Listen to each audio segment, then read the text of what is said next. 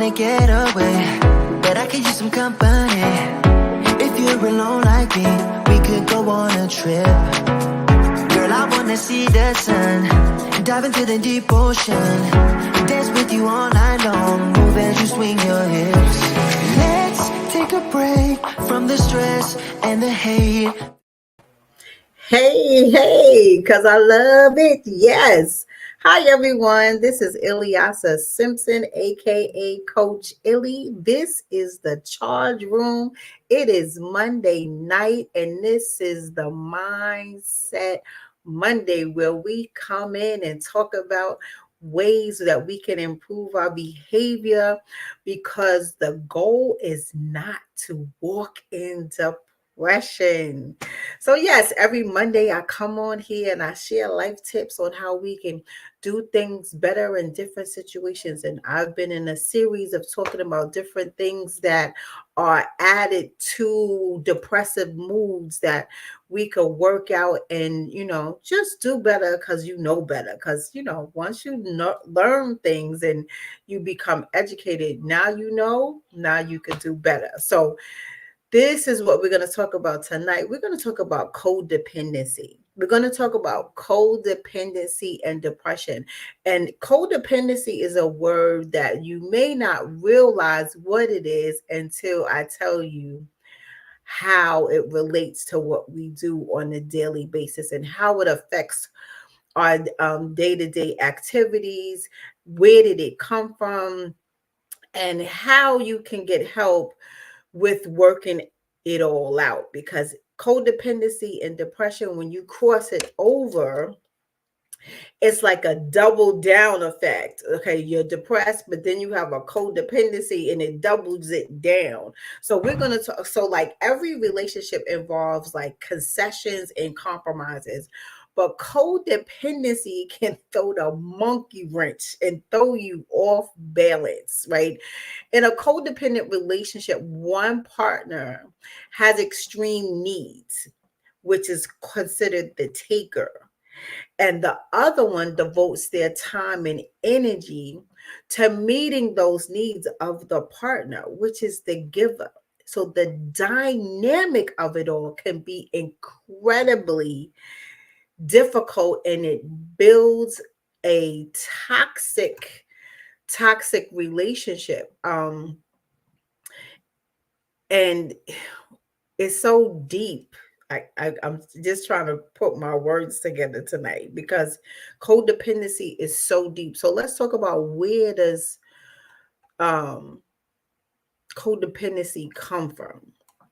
So codependency comes from, in most cases, it could be tracked back to relationships and experiences of your childhood.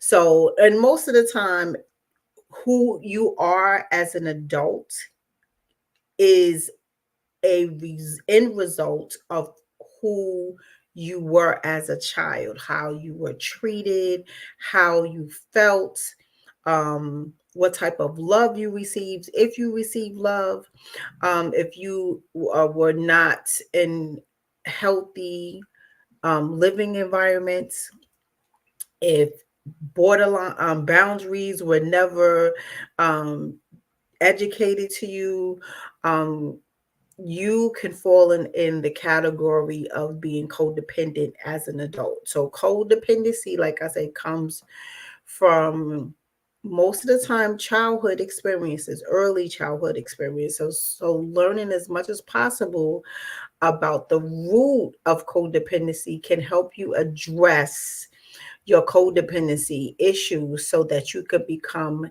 independent and very healthy and positive in your relationships that you have currently, and it'll be more rewarding. So, breaking down codependency, um, let's do it like this. Codependency is an addiction to relationships or love. It manifests as an unhealthy fixation on other people. Codependents are often ignored in their own order because what they do is they try to help people that they most care about. And a lot of times it comes in like the parent child type of relationships or in love relationships when one person is more needy than anticipated. So I'm going to break down some causes of most codependence and the patterns that they will show.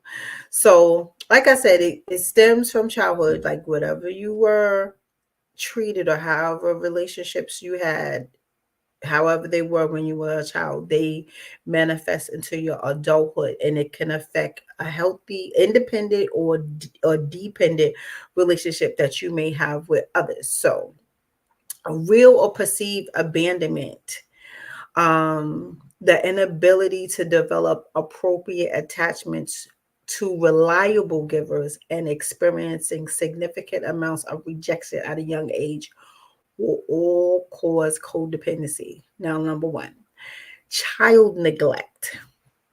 If a parent or caretaker fails to provide a child with the support and guidance during the critical formulative years, that's like between like 1 and 3, that their needs are important. Later in life, adults who were once neglected might continue to ignore things they might need and avoid asking for help from others, causing a codependent friendship or a relationship. So if a person was ignored when they were young, they learn how to be without for the by way, I should say, by way of trying to do things on their own, but they really need the help, right? So the, instead of asking for help, they'll be needy. So the other person that's the giver, they'll be more manipulative in a relationship. So the giver will just give without them asking because they know they need it. So overprotective parenting, neglect isn't always what causes codependency. The opposite definitely plays a huge and detrimental role. It's called helicopter parenting. Okay, a overprotective parent is also called helicopter parenting, where parents are overly controlling or shield their children from any challenges or struggles. This can prevent a child from developing important skills and coping mechanisms they later need in life. And I see this happen so many times. I actually have a client now. She has helicopter parents, and they've been this way with her all her life, and she's in her late 20s, and she's having challenges just adapting to day-to-day living. I I see it with parents who are overprotective, that the parent that wants to shield their child from society, that when you do these things and say, oh, my baby, oh, I don't want my baby to see this, or I don't want my baby to do that. I can understand it when it's in the younger years, but when they get to an age where they learn how to become independent of themselves, where they don't need your hand to hand, hand over hand, I should say, help. They need life skills. They need independent life skills to help them become better individuals as they grow older. They'll know and learn how to adapt, and they would have the safety tools of life needed to manage in their life. If a bully is coming at them all the time, what should they do when they're constantly bullied? What should they do when somebody is stealing from them or pulling their hair or kicking them or punching them.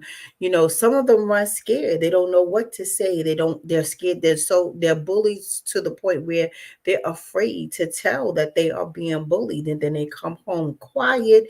They isolate themselves and you don't know why. As a parent, well, what's going on with James, or what's going on with Sharon? And you don't know, but at the same time you're saying, oh, not my kid.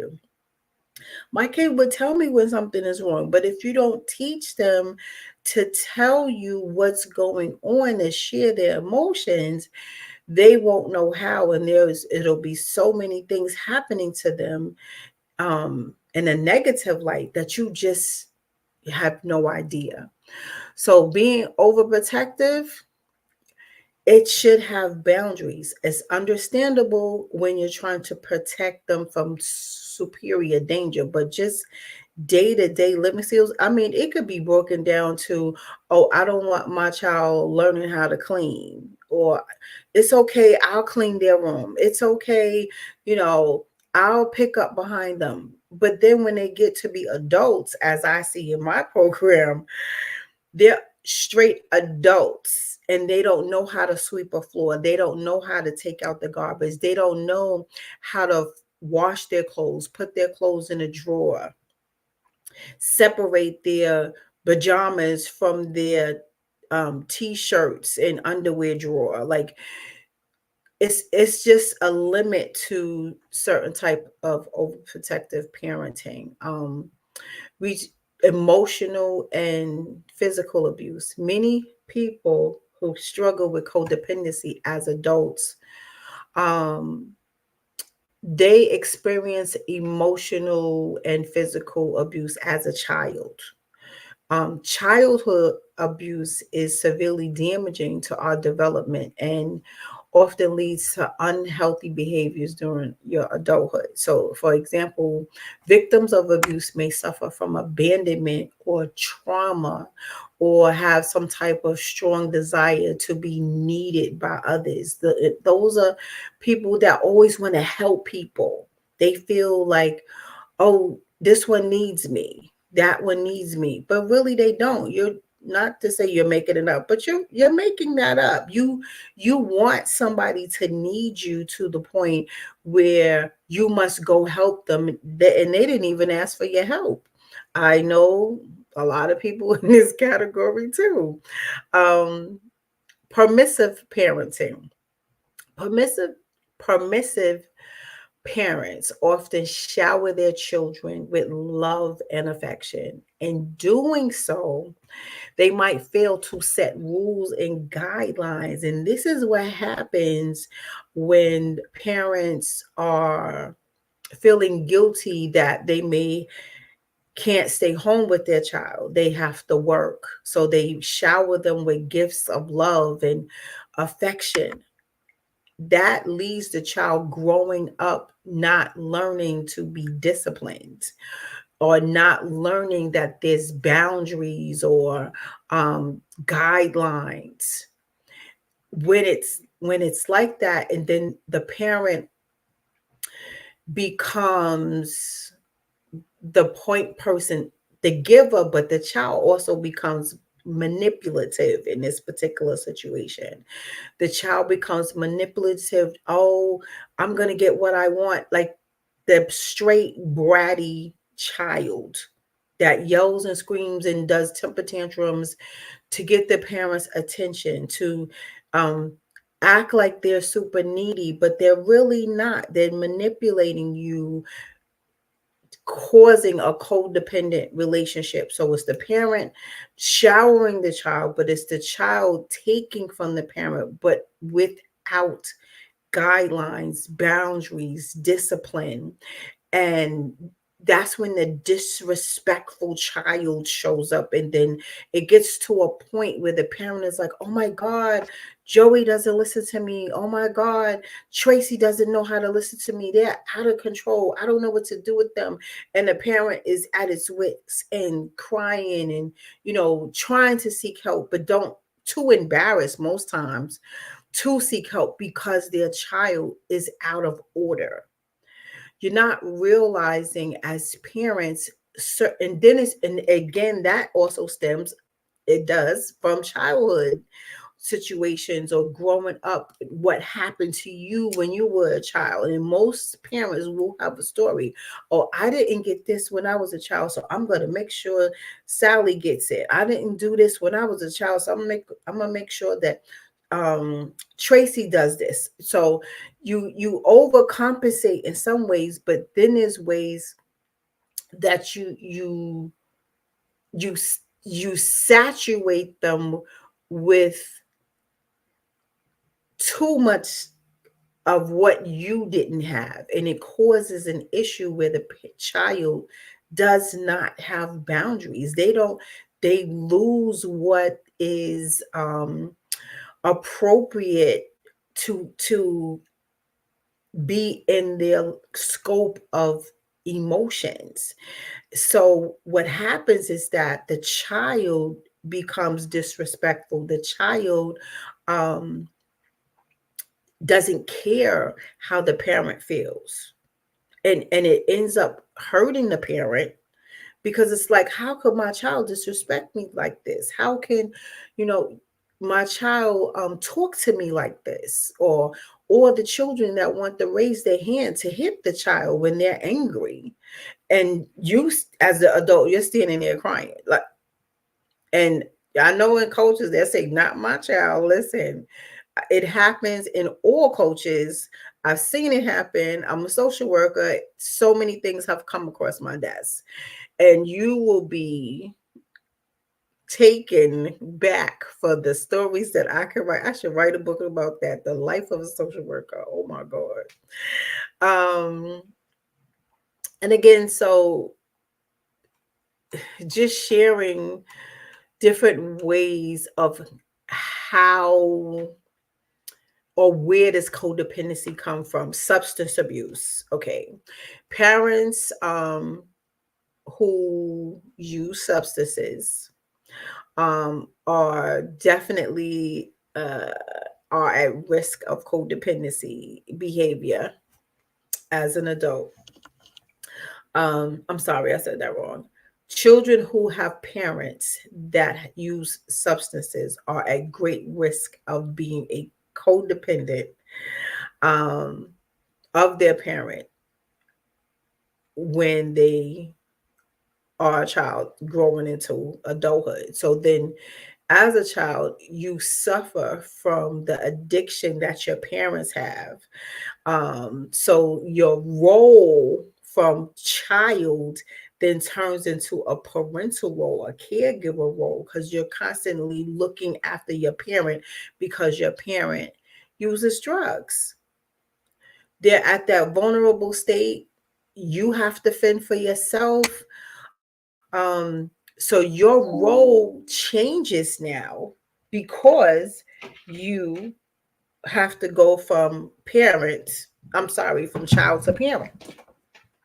So with that being said, when you become, which this um, becomes a chaotic environment, right? It's an unstable environment for the child. So having to deal with this at a young age will result for your inability to grow healthy in your role. And it doesn't just happen when someone is using drugs. It happens when you neglect your children too, because you want to be out there in the street and go do your thing.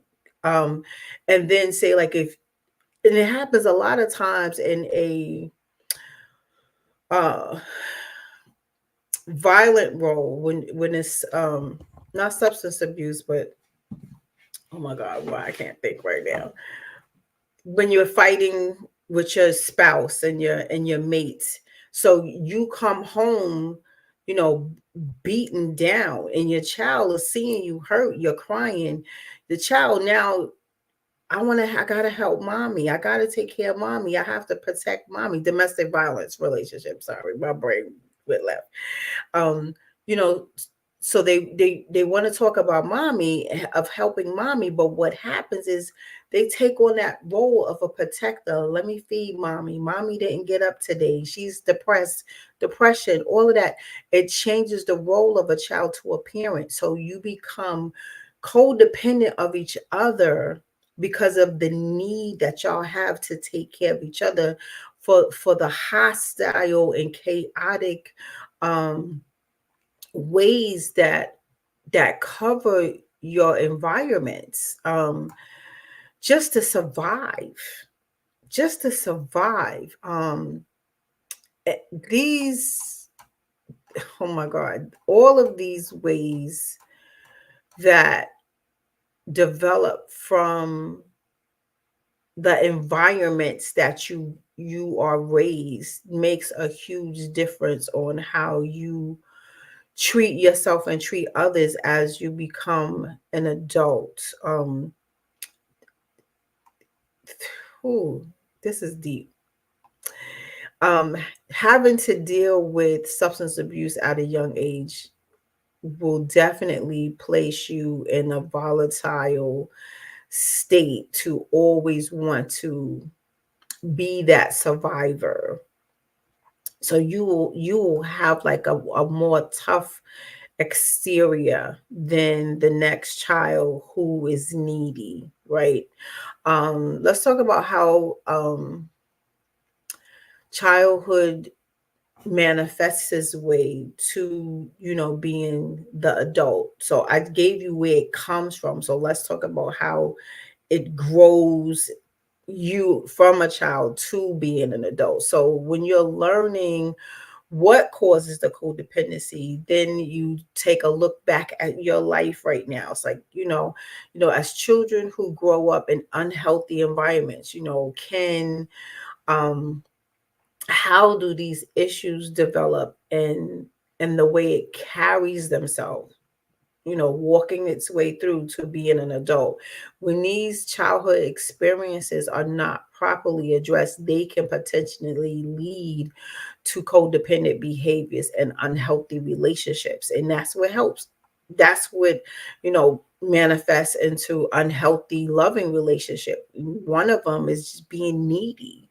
When a person is in need as a child, and all of their needs are not met, whether it be mentally, emotionally, spiritually, they may crave attention and the reassurance as adults. So it's when you become adult and you're in a room, because you know how we say there's always one, right? There's always one. There's always that person in the room who is needy, who needs the attention, who needs to be heard, who needs to be seen all the time. So they may be the loudest person in the room, normally not making too much sense, or they may have these uh fantasies in their mind. Well, I'm gonna show you, and you know want to be the head of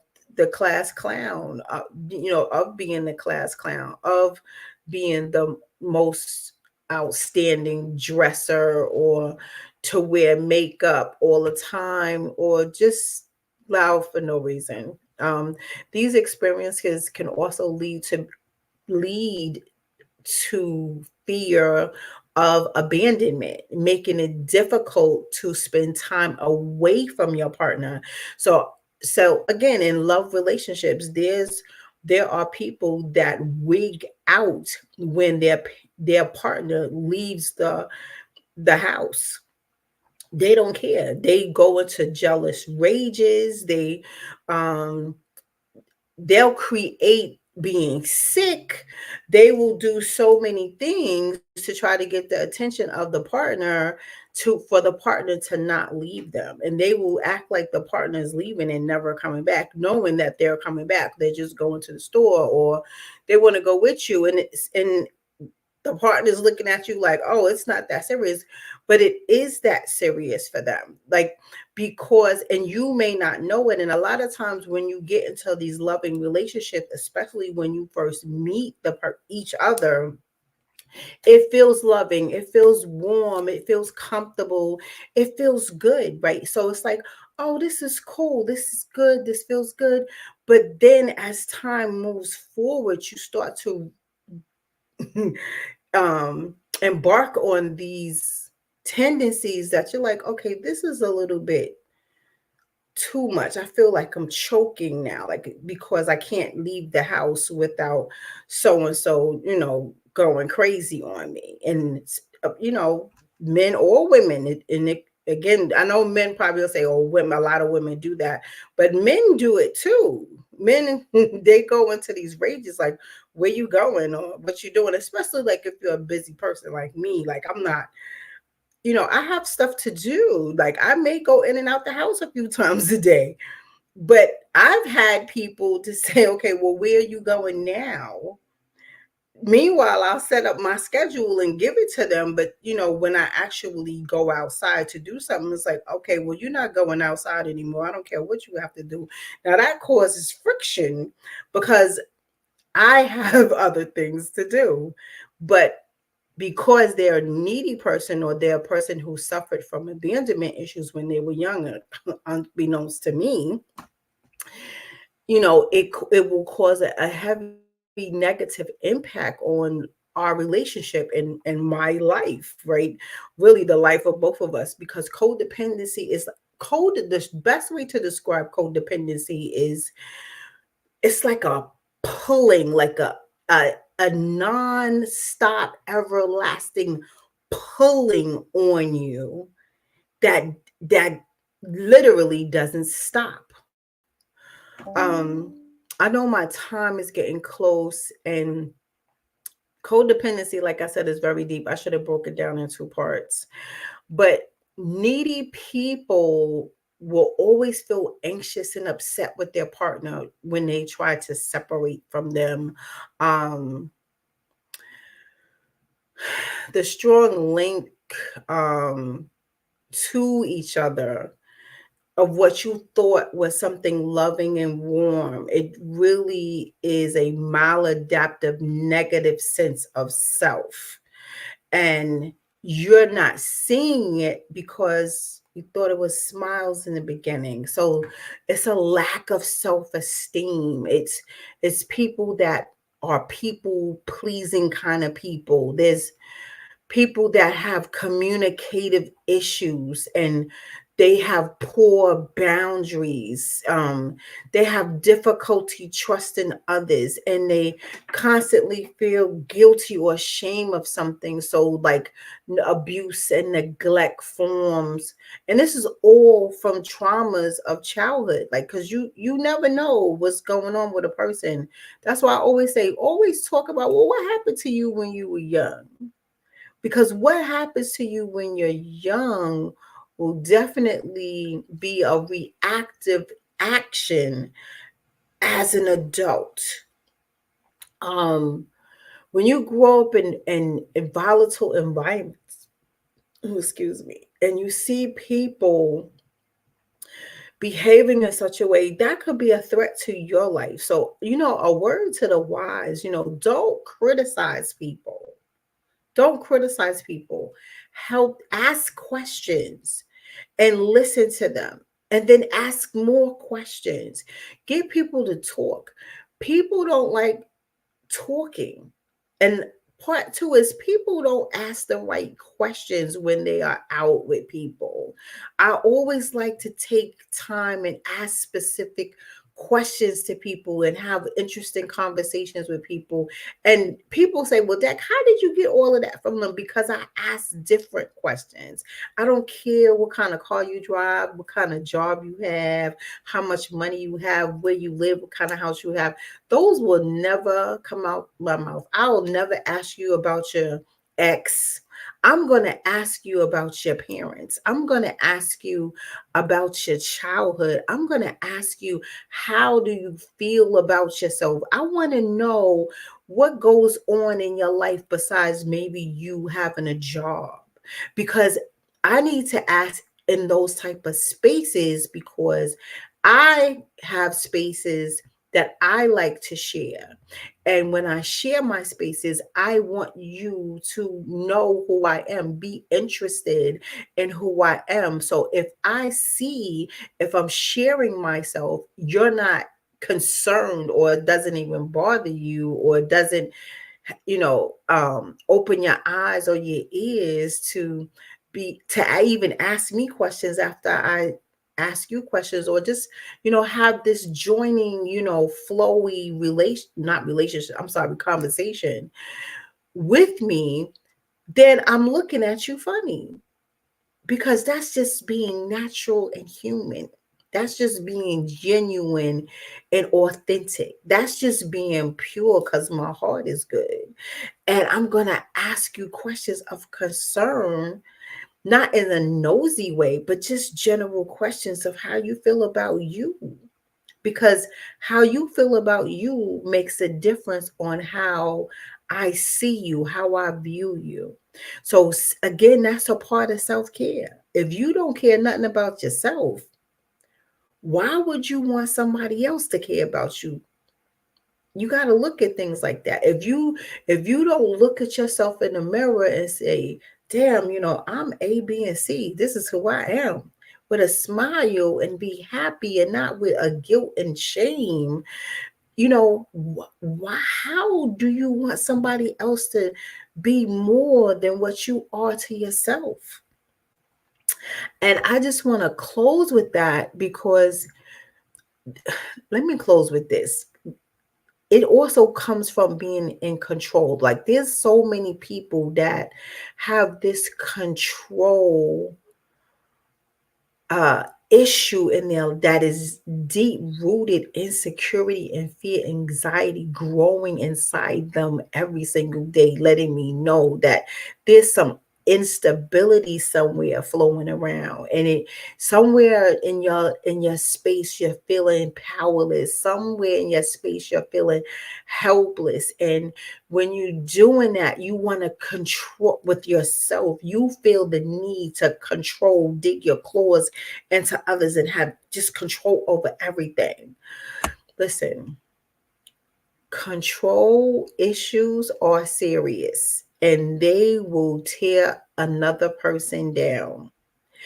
It's, again, you have to have boundaries with control. This is being a way where you are not allowing life to happen. You need to know everything. I need to know. I need to, you just have to have, or have to feel, or have to see. And really, in essence, you don't. If you, I believe in giving all things up of authority to God, because then you are then stressed out in your brain. You walking around here worried, and because you can't see, you just gotta have it. Sometimes you gotta sit down, relax, have a seat, and cross your legs and chill out. Like, whoo, man, again, all of this stuff is a codependency that I'm talking about. And again, like, I'm going over my time, but I believe in having talk space to talk out what's going on inside. That's why we come here every Monday, Mindset Mondays, right? Mindset Mondays to talk about it and talk it out. So today we talked about codependency, and all of it leads to depression if you do not um, step in a space where you are comfortable with yourself and comfortable with other people around you without being dependent. Be independent, not dependent. And again, like I said, from you questioning yourself and asking yourself, yes, I can relate to A, or I can relate to B, because as a child, this happened to me. My parents did this to me, or my parents did that, or they didn't do that to me or for me. And because of that, I felt isolated. I felt the lack of attention, and I need to be seen now that I'm an adult. Or you even do it to your children. Like, you have to feel the need to, you know, control your children's lives, or the need to shower them because you have to work, and they don't have boundaries, they don't have discipline, and got lost in that, and you feel guilty and ashamed, and you don't know who to go to because you're embarrassed. But let me tell y'all something. There is help for codependency. There is hope for depression. There is help out here. You want to start? Call me, text me, inbox me, DM me, go on my website, connect with me, make an appointment. We could talk about it. I could show you where you fit in your life. If this is something that's going on with you, you feel guilty about it, and you're tired and you want to talk about it, contact me. And if I can't help you, I will send you to somebody that will. So again, thank you for stopping by. I am over my time. My name is Ilyasa Simpson, and I hope I didn't bore you tonight or go over your head, but I try to make things as plain as I possibly can. I am also known as Coach Illy. This is the Charge Room on Mindset Monday. And everyone have a wonderful, wonderful night. And I see you next Monday, 7 p.m. Eastern Standard Time. Toodaloo. Toodaloo, toodaloo, toodaloo, toodaloo. I love y'all. And I'm saying toodaloo again. Bye-bye.